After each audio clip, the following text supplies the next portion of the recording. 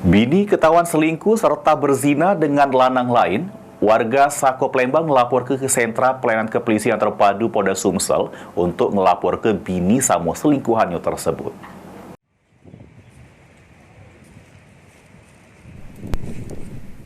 Tom Jaka, 30 tahun, warga Sako Plembang ini mendatangi kantor Sentra Pelayanan Kepolisian Terpadu Polda Sumsel untuk melapor ke bini samo selingkuhannya Senin sore tadi.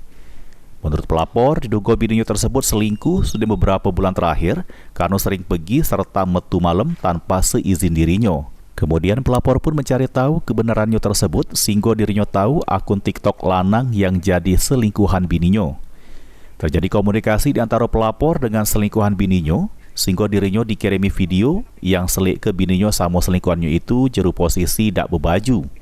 Karena tak terima, pelapor pun ngelapor ke bininya sama selingkuhannya tersebut ke polisi. Sito itulah yang ngirimnya. Yang selingkuhan bini iya. kita nih. Apa tujuannya dia ngirim tuh?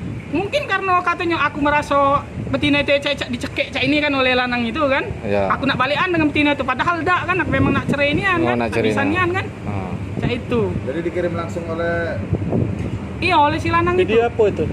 Pokoknya lanang itu tak berbaju, posisi bini Saktum juga tak berbaju. Nah, bersenderan berdua cak ini. Posisi dua itu masih statusnya hukum laki wong dengan bini wong masih belum ada akte cerai.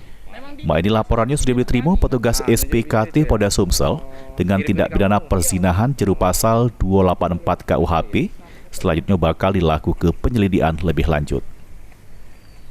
Mulyadi, PAL TV.